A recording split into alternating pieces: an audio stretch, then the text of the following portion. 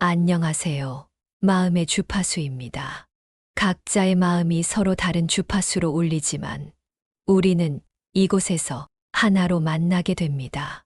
당신의 기쁨과 슬픔, 그리고 일상의 작은 떨림까지도 귀 기울여 듣고 함께 공감하는 시간을 가지려 합니다.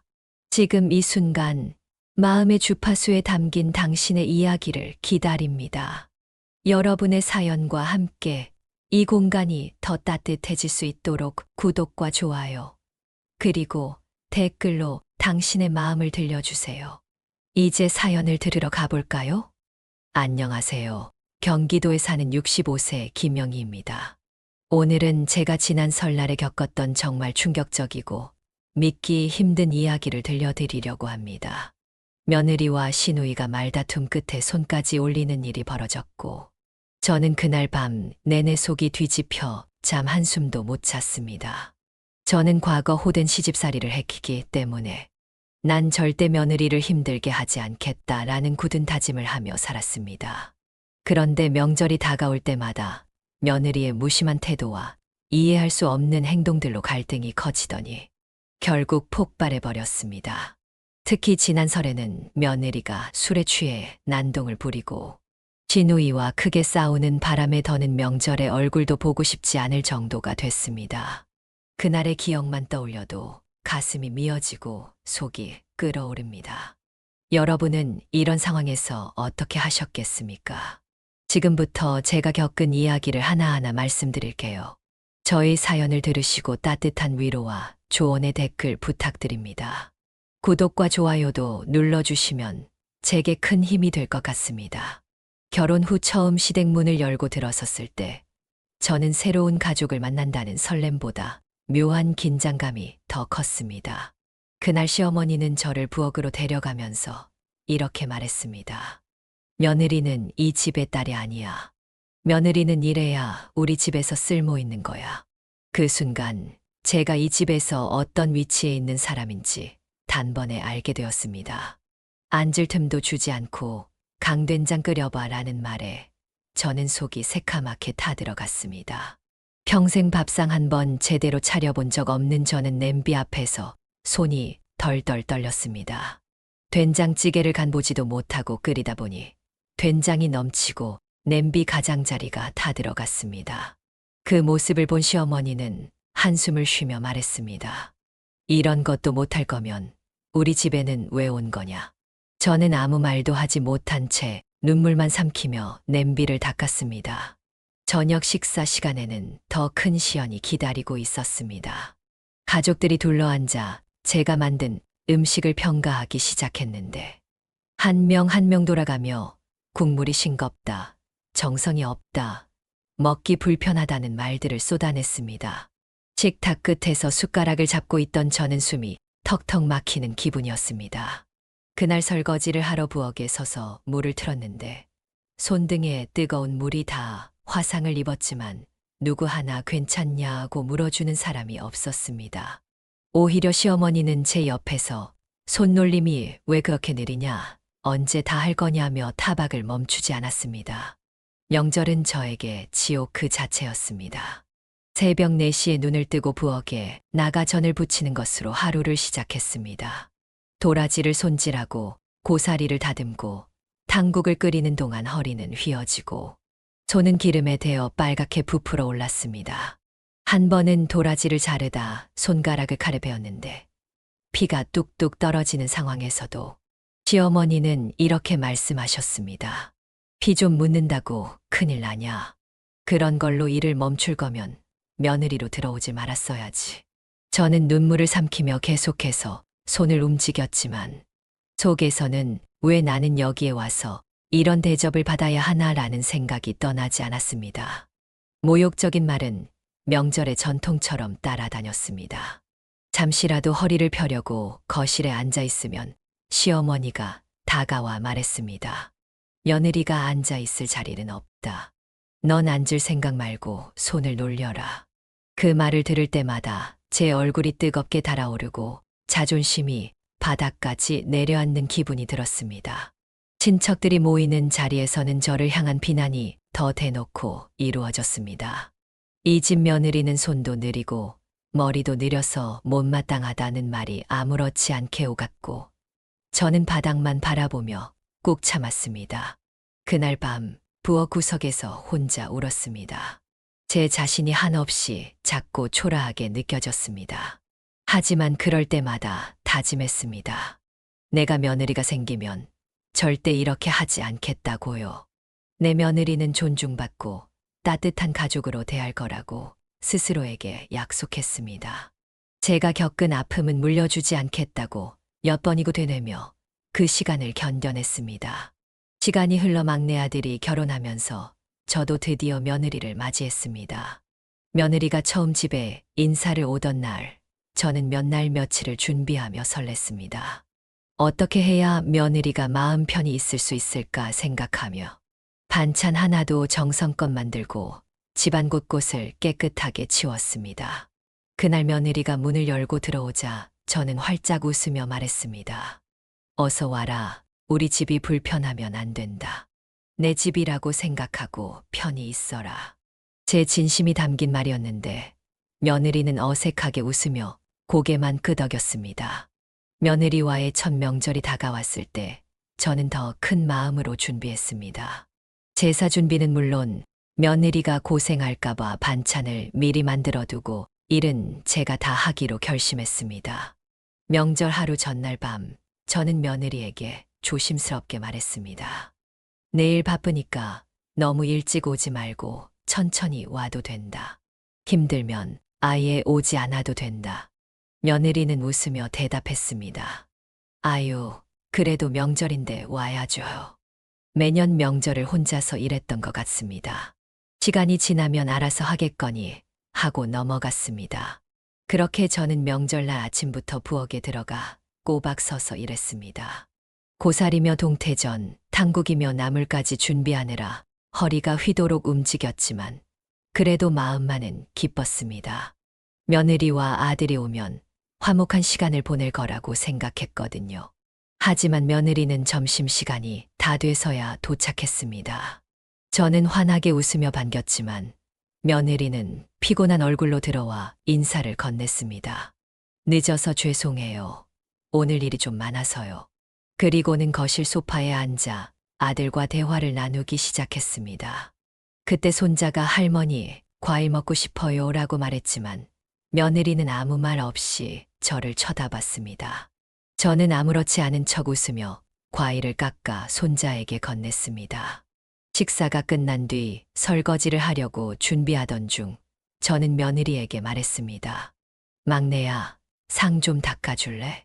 그 순간 며느리는 아들의 옆구리를 찌르며 눈짓을 보냈고 결국 아들이 일어나 상을 닦았습니다. 저는 아무 말도 하지 않았지만 그 광경이 제 마음에 큰 파문을 남겼습니다.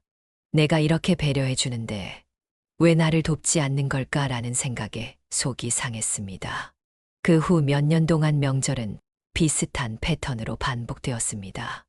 며느리는 항상 늦게 도착했고 일손을 거들기보다는 아들과 대화하거나 손자와 시간을 보내는 것이 전부였습니다.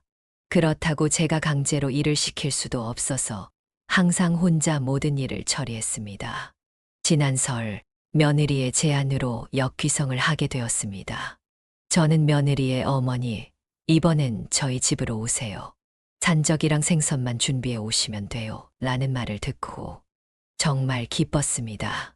명절이면 늘 부엌에서 쉴 틈 없이 일만 하던 제가 이제는 조금 편하게 보내도 되겠구나 싶었습니다. 며느리와 새로운 방식으로 명절을 보내보겠다는 기대감에 설레며 음식을 준비했습니다. 명절 당일 새벽같이 일어나 산적과 생선을 손수 정성껏 만들고 큰 가방에 담아 버스를 탔습니다. 묵직한 가방을 들고 계단을 오르며 허리가 뻐근했지만 그래도 마음만은 가벼웠습니다. 이제 아들 집에 가서 편하게 쉬겠지라는 생각에 피곤함도 잊혀졌습니다. 터미널에 도착하자 며느리가 마중 나왔습니다. 어머니 힘드셨죠? 오시느라 고생하셨어요. 라는 말에 저는 피곤도 잊고 환하게 웃으며 대답했습니다. 힘들긴 내가 이렇게 마중 나와주니 고맙구나. 하지만 그 기쁨도 잠시 며느리의 집에 도착했을 때 저는 속이 싸늘해졌습니다. 짐이 무거워 허리를 굽힌 채로 현관문 앞에 섰는데 며느리는 저를 힐끔 보더니 현관 비밀번호를 누르기 시작했습니다. 그런데 며느리는 비밀번호를 누르는 동안 자신의 등을 돌려 온몸으로 숫자를 가리는 겁니다. 저는 그 모습을 보며 얼어붙은 듯 멈춰 섰습니다. 내가 뭐 도둑이기라도 한 걸까? 아니, 그래도 내가 가족인데 이건 좀 너무하잖아. 순간 마음이 서늘해지면서 온갖 생각이 스쳐 지나갔습니다. 마치 저는 남이 된 것 같은 느낌, 며느리와 나 사이에 큰 벽이 있다는 것을 깨닫는 순간이었습니다. 그렇게 며느리가 비밀번호를 다 누르고 나서야 문이 열렸고 저는 묵직한 가방을 들고 조심스레 집 안으로 들어갔습니다. 문을 닫으면서 며느리가 어머니, 여기까지 오시느라 정말 고생 많으셨어요. 라고 화난 얼굴로 말했지만 그 순간 저의 마음은 이미 닫혀 있었습니다. 저 말에 진심이 담겨 있을까? 아니면 그냥 형식적인 인사일까? 라는 생각이 머릿속을 떠나지 않았습니다. 현관문을 닫는 소리가 딱 하고 울릴 때 저는 묘한 고립감을 느꼈습니다. 이 집에 내가 정말 잘 온 걸까? 나를 이렇게까지 불편하게 만드는 곳에 굳이 올 필요가 있었을까? 머릿속은 복잡했지만 며느리 앞에서 내색하지 않으려 애썼습니다. 집 안은 정리가 잘 되어 있었습니다. 안방 한쪽에 며느리가 미리 마련해둔 이불이 깔려 있었고 저는 마음속으로 그래도 나름 신경 썼구나 싶어 고마웠습니다. 하지만 부엌을 둘러보니 명절 음식을 준비할 흔적은 전혀 없었습니다. 내가 가져온 산적과 생선으로 다 하려는 건가 싶었지만 그건 큰 문제가 아니라고 생각했습니다. 점심시간이 가까워졌을 때 며느리는 아들과 손자와 함께 앉아 쉬고 있었습니다.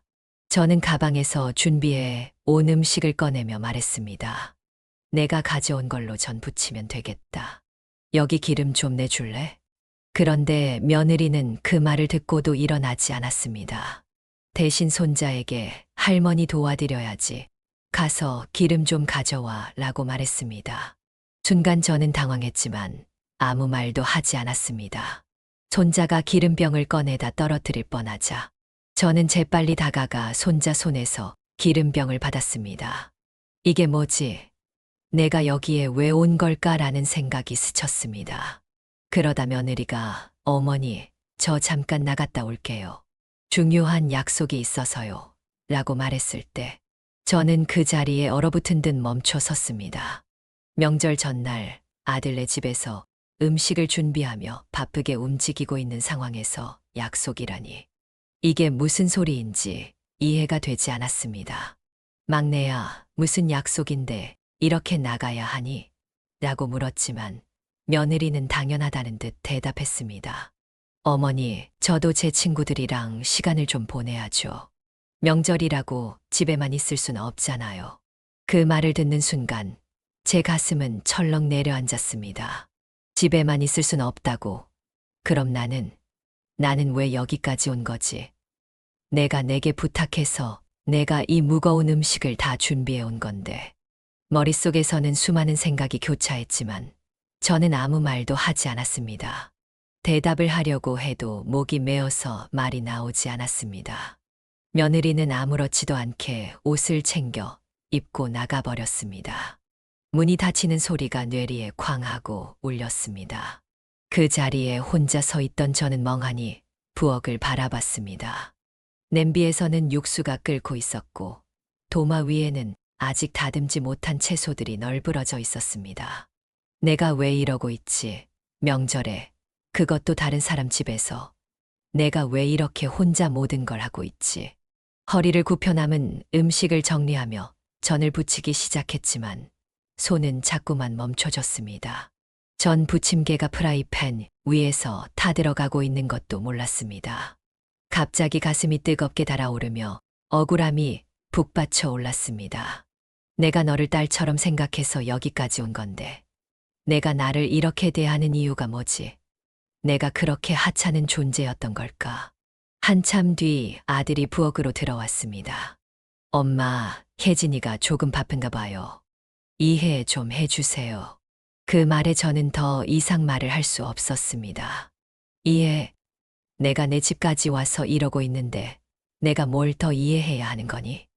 내가 지금 혼자 이 모든 걸 하고 있는데 아들에게 화를 내고 싶었지만 차마 그러지 못하고 그냥 손만 움직였습니다.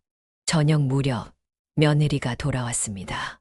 집 안으로 들어오는 며느리의 얼굴은 피곤해 보이기는커녕 오히려 상쾌해 보였습니다. 어머니, 고생 많으셨어요. 제가 도와드렸어야 했는데요. 라는 말을 듣는 순간 제 안에서 무언가 끊어졌습니다. 참고 참았던 감정이 폭발했습니다. 막내야, 내가 정말로 도와주고 싶었니? 내가 집에 있지도 않았는데 내가 여기까지 온 이유가 뭐였겠니? 그제야 며느리는 당황한 표정을 지으며 웃었습니다. 그냥 어머니께서 편하게 명절 보내셨으면 해서요. 저는 며느리의 그 말을 듣고 순간 아무 말도 할 수 없었습니다. 속이 뒤집히고 억울함이 온몸으로 밀려왔습니다. 이게 편하게 보내는 거라고. 내가 내 집에서 이 고생을 하면서 편하다고 느껴야 하는 거야. 그날 밤 잠자리에 누웠지만 잠은 오지 않았습니다. 눈을 감으면 부엌에서 혼자 전을 부치던 제 모습과 문을 닫고 나가는 며느리의 뒷모습만 떠올랐습니다. 내가 뭘 잘못한 걸까? 아니면 며느리가 너무 이기적인 걸까? 내가 너무 기대를 했던 걸까? 하지만 아무리 생각해도 답은 나오지 않았습니다. 가슴이 답답하고 머리가 아파서 몸을 이리저리 뒤척였지만 마음은 풀리지 않았습니다. 그날의 억울함과 상처는 제 안에 깊게 남았습니다. 내가 왜 이런 대접을 받으며 살아야 하지? 내가 정말 잘못 산 걸까? 그렇게 저는 며느리와의 관계를 처음으로 진지하게 고민하기 시작했습니다. 설날을 기점으로 며느리와의 관계는 이미 금이 가 있었습니다. 하지만 명절은 어쩔 수 없는 일상처럼 반복되었고 저는 또다시 역귀성을 준비했습니다. 며느리가 부탁했던 대로 산적과 생선을 준비하며 제 마음속에는 자주 섞인 한탄이 떠올랐습니다. 내가 며느리를 위해 이렇게까지 하는데 이번엔 달라질까? 아니, 이번엔 기대하지 말자. 그냥 아무 일 없이 지나가기만 바랄 뿐이야. 그날 아침 새벽부터 음식을 준비한 저는 무거운 짐을 들고 버스를 탔습니다. 가방 무게만큼이나 마음도 무거웠습니다. 터미널에 도착하자 며느리가 마중 나왔습니다. 어머니, 오시느라 힘드셨죠? 며느리는 그렇게 말했지만 손은 제 짐에 닿지도 않았습니다. 저는 무겁게 내려앉은 마음을 숨기며 겨우 웃음을 지어 보였습니다. 그래, 내가 바보지. 며느리가 날 어떻게 대하든 너무 민감해지지 말자. 집에 도착했을 때 부엌은 텅 비어 있었습니다. 며느리는 소파에 앉아 아들과 손자와 함께 TV를 보고 있었고 저는 혼자 부엌으로 가서 준비해 온 음식을 꺼내기 시작했습니다. 내가 여기 왜 왔을까? 이럴 거면 그냥 집에서 하는 게 나았을 텐데.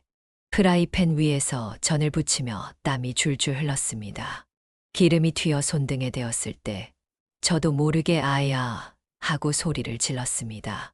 그제야 며느리가 거실에서 고개를 돌려봤습니다. 어머니, 괜찮으세요? 제가 도와드릴까요? 하지만 며느리는 자리에서 일어나지 않았습니다. 저는 속으로 생각했습니다. 괜찮냐고 물어볼 거면 와서 도와줘야 하는 거 아닌가? 말뿐인 걱정이 무슨 소용이야. 점심 식사가 끝난 뒤 저는 며느리에게 설거지를 부탁했습니다. 막내야, 설거지는 내가 좀 해줄래? 하지만 며느리는 아들에게 눈짓을 했고 결국 아들이 설거지를 하게 됐습니다. 며느리는 여전히 소파에 앉아 휴대폰을 만지작거리며 웃고 있었습니다. 그 모습을 보며 제 안에서 서운함이 쌓이고 또 쌓였습니다. 이건 아니지 않니? 내가 너를 이렇게까지 배려했는데 내가 나를 이렇게 대하면 안 되는 거 아니야? 저녁 무렵 며느리는 갑자기 옷을 갈아입으며 말했습니다. 어머니, 저 잠깐 나갔다 올게요. 친구들 만나기로 했어요. 그 말을 듣는 순간 저는 너무 어이가 없었습니다. 막내야, 지금 명절이잖아. 다 같이 있는 게 중요한데 어디 간다는 거니? 하지만 며느리는 태연하게 대답했습니다. 어머니, 저도 제 시간이 필요해요. 잠깐이면 돼요. 오래 걸리지 않아요. 그렇게 며느리는 집을 나갔고 밤 11시가 넘어서야 돌아왔습니다. 술에 취한 며느리는 비틀거리며 들어오더니 밝게 웃으며 말했습니다. 어머니, 저 왔어요. 너무 늦었죠? 죄송해요. 그 말을 듣는 순간 부엌에서 음식을 정리하던 딸이 고개를 들더니 단호하게 말했습니다. 옳게. 지금 몇 시인 줄 알아? 명절날. 우리가 다 같이 고생하며 음식 준비하고 있는데 올케는 밖에서 술 마시고 놀다 오면 어쩌자는 거예요? 딸의 말에 며느리는 전혀 당황하지 않고 비웃으며 말했습니다. 아, 늦긴 했네요. 근데 그렇게 예민하게 굴 필요 있나요? 명절이라고 우리가 죽어라 이래야 하는 것도 아니잖아요. 그 말을 듣자 딸의 얼굴이 굳어졌습니다. 옳게. 지금 그게 할 말이야? 엄마카. 이렇게 혼자 고생하시는데 옳게는 그걸 알면서도 이런 식으로 행동해. 그러자 며느리는 술기운에 얼굴이 붉어지며 목소리를 높였습니다. 나도 고생했어요. 나도 내 시간을 좀 가질 권리가 있잖아요. 어머님이 하시는 거 내가 다 알아야 돼요? 왜 나만 몰아세워요? 며느리가 저를 가리키며 말을 하자 딸은 더 이상 참지 못했습니다. 옳게, 그런 말은 엄마 앞에서 함부로 하지 마. 엄마가 얼마나 옳게를 생각해서 여기까지 오셨는데 어떻게 이런 말을 할 수 있어? 며느리는 딸의 말에 비웃으며 한 걸음 다가갔습니다. 너야말로 나한테 함부로 하지 마. 내가 뭔데 나한테 이래라 저래라야? 어머님 힘들어 보이면 내가 하면 되잖아. 그 말이 끝나자 딸의 얼굴은 순간 창백해졌습니다. 옳게, 그건 너무하잖아. 그런 말이 어딨어. 그러나 며느리는 술기운에 더욱 기세가 등하며 갑자기 손을 들어 딸의 뺨을 쳤습니다. 짝. 거실에 울린 소리는 모든 걸 멈추게 했습니다. 딸은 얼굴을 감싸 쥔 채 충격으로 말을 잇지 못했고 저는 믿을 수 없는 광경에 그대로 굳어버렸습니다. 막내야, 내가 지금 무슨 짓을 한 건지 알아? 저는 떨리는 목소리로 말했습니다. 그러나 며느리는 술기운에 휘청거리며 대꾸했습니다. 어머니, 저는 그냥 제 기분을 말한 거예요. 그런데 자꾸 몰아세우니까. 그 말을 듣는 순간 저는 더 이상 참을 수 없었습니다. 막내야, 그게 내 기분을 표현하는 거니? 내가 아무리 힘들어도 어떻게 가족에게 손을 댈 수 있니? 내가 너를 딸처럼 생각하려고 얼마나 애썼는데 내가 이렇게 배신하면 내가 어떻게 너를 보겠니? 제 말에 며느리는 아무 대답도 하지 않고 방으로 들어가 버렸습니다. 아들은 그제야 나와 상황을 수습하려고 했습니다. 엄마, 죄송해요. 혜진이가 술이 과했던 것 같아요. 그러나 저는 그 말을 듣고 고개를 저었습니다. 술 때문이 아니야. 막내의 마음이 문제야. 내가 이 집에 와서 이런 꼴을 보려고 한 게 아니야. 며느리가 딸의 뺨을 때렸던 그날 밤, 저는 더 이상 그 집에 머무를 수 없었습니다. 거실에 정적만 흐르고 있었고 딸은 충격의 뺨을 감싸 쥔 채 제 눈치를 보고 있었습니다. 그 모습을 보는 순간 제 마음속에서 뭔가 끊어졌습니다. 이건 정말 아니다. 내가 여기서 더 버틸 이유가 없다. 딸이 떨리는 목소리로 말했습니다. 엄마, 이제 그만 돌아가요. 우리 여기서 더 머물 필요 없어요. 그 말에 저는 깊이 고개를 끄덕였습니다. 딸과 저는 부랴부랴 짐을 챙기기 시작했습니다. 며느리는 방 안에 틀어박혀 나오지도 않았고 아들은 저희를 말리러 오지도 않았습니다. 이제는 말해도 소용없다는 걸 아들이 아는 거겠지. 그 생각을 하니 마음이 더 서늘해졌습니다. 짐을 챙기면서도 손이 떨렸습니다. 내가 여기 왜 왔을까? 가족이라는 이유로, 명절이라는 이유로 이렇게까지 참아야 했던 걸까? 내가 이 집에서 이렇게 무시당해야 할 이유가 뭘까? 눈물이 나오려는 걸 꾹 참으며 딸에게 말했습니다. 우리 지금 바로 나가자. 더 이상은 못 참겠다. 딸은 조용히 고개를 끄덕이며 제 가방을 들어주었습니다. 집을 나서기 전 아들이 거실로 나왔습니다. 엄마, 그냥 오늘만 참으시면 안 돼요? 제가 혜진이랑 잘 이야기해 볼게요. 그 말에 저는 아들을 똑바로 바라보며 말했습니다. 동수야, 내가 오늘 참으면 또 이런 일이 반복될 거야. 내가 정말로 나를 가족으로 생각한다면 지금 나를 붙잡지 마라. 나도 이제 더 이상 이런 상처를 받고 싶지 않다. 아들은 아무 말도 하지 못했고 저는 딸과 함께 문을 열고 나왔습니다. 밖으로 나왔을 때 밤 공기가 차갑게 느껴졌습니다. 하지만 그 차가움이 오히려 저를 깨우는 것 같았습니다. 이제 정말 끝이다. 내가 더 이상 참지 않겠다고 결심한 날이다. 딸과 저는 아무 말 없이 차에 올라 집으로 돌아갈 준비를 했습니다. 차 안에서 딸이 조용히 입을 열었습니다. 엄마, 왜 그렇게 참으셨어요? 이렇게까지 되기 전에 이미 그만두지. 그 말에 저는 한참 동안 침묵했습니다. 딸의 말은 맞았습니다. 왜 이렇게까지 참았을까? 왜 가족이라는 이유로 며느리를 딸처럼 생각하려고 했던 제 마음이 이렇게까지 짓밟히도록 두었을까?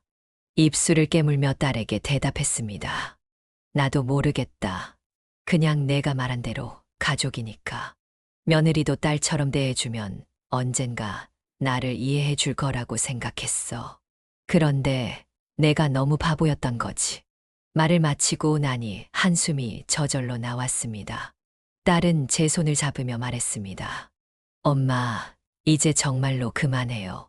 더는 엄마가 상처받지 않았으면 좋겠어요. 엄마가 이렇게 고생하시는 거 이제 보기 힘들어요. 딸의 말에 눈물이 고여왔지만 저는 고개를 끄덕이며 다짐했습니다. 그래, 더는 참지 말자. 이제 나를 위해 살자. 집에 도착한 우리는 짐을 풀지도 않고 그대로 앉아 한참 동안 말없이 있었습니다.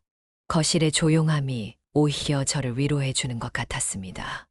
딸이 조용히 물었습니다. 엄마, 이번 명절은 그냥 우리끼리 보낼래요? 아니면 여행이라도 갈까요? 그 말을 듣는 순간 저는 처음으로 명절을 나만을 위해 보낼 수 있다는 생각이 들었습니다. 그래, 여행 가자. 나도 이제는 더 이상 명절이 고통스러운 시간이 아니었으면 좋겠어. 딸은 환하게 웃으며 제 손을 잡았습니다. 좋아요, 엄마. 이번엔 우리가 진짜로 쉬는 명절을 보내요. 명절 아침 딸과 함께 떠난 여행은 제 인생에서 처음으로 저 자신을 위해 보낸 명절이었습니다.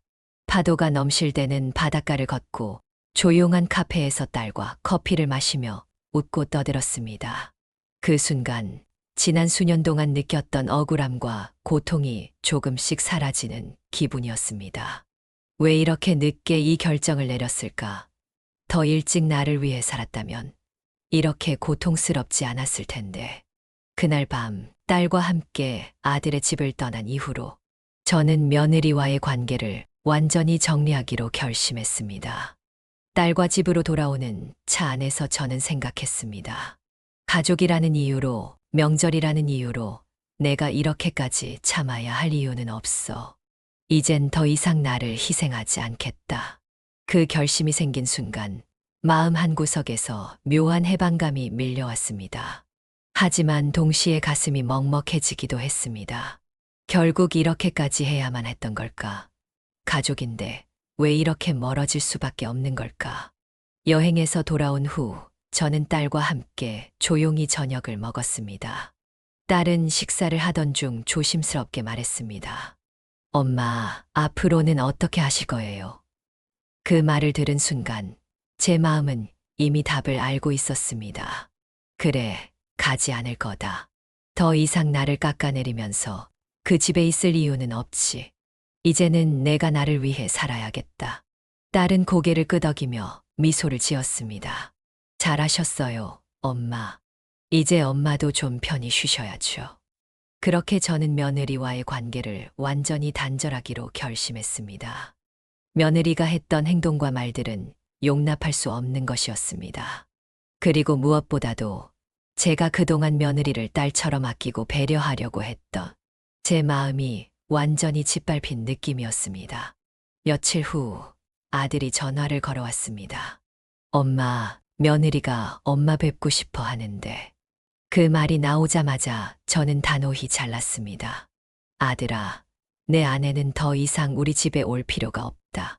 너희가 알아서 잘 살면 된다. 앞으로 명절이나 무슨 일이 있어도 너희끼리 해결해라. 아들은 당황하며 물었습니다. 엄마, 그래도 가족인데 이렇게까지 하실 필요는 없잖아요. 그 말에 저는 단호히 대답했습니다. 아들아, 가족이니까 내가 참아왔던 거야. 하지만 이제는 내가 참을 이유가 없다. 내가 나를 지키는 게 더 중요하다. 내 아내와는 더 이상 얽히고 싶지 않다. 아들은 한참 동안 침묵하더니 결국 힘없이 대답했습니다. 알겠어요, 엄마. 그럼 앞으로 어떻게 할까요? 저는 차분히 말했습니다.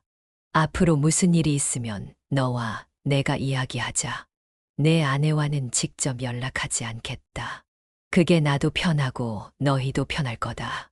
그 통화를 끝낸 이후로 저는 며느리와 직접적인 연락을 완전히 끊었습니다. 며느리가 잘 지내는지, 아들과 어떻게 지내는지는 전혀 신경 쓰지 않았습니다.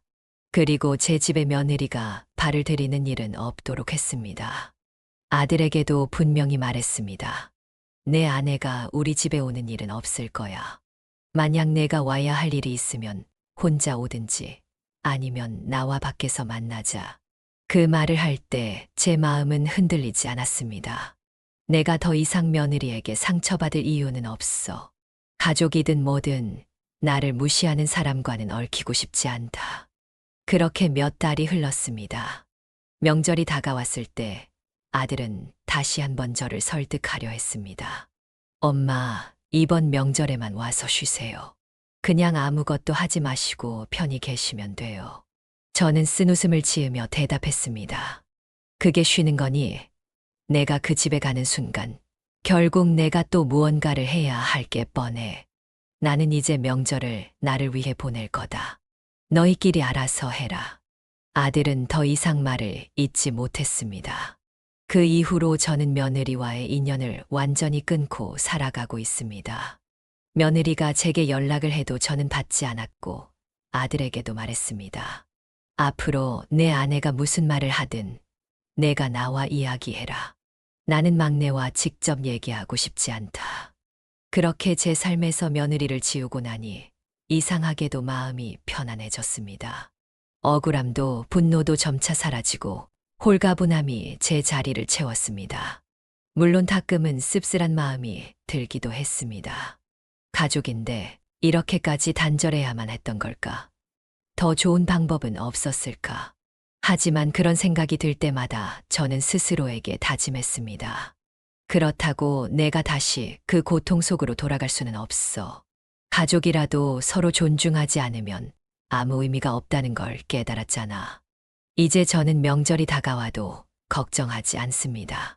아들과 며느리가 명절을 어떻게 보내는지도 신경 쓰지 않습니다. 가끔 그 집에서 명절을 보냈던 시간이 떠오르긴 하지만 이제는 씁쓸하기보다는 홀가분합니다. 내가 더는 억울해하지 않아도 되니까. 이제는 나를 위한 선택을 했으니까. 이제 저는 제 삶을 온전히 제 자신을 위해 살아가고 있습니다.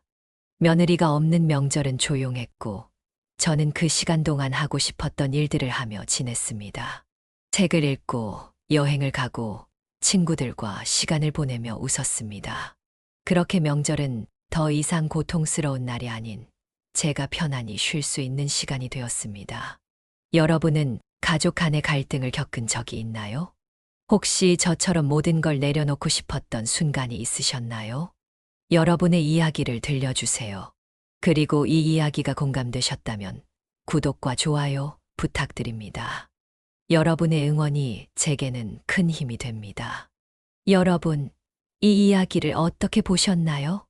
상처받은 마음을 치유하고 새로운 관계를 만들어가는 이 이야기가 여러분께도 울림을 주었길 바래요. 혹시 비슷한 경험이 있으시다면 또는 이들의 이야기를 보며 느끼신 점이 있다면 댓글로 함께 나눠주세요.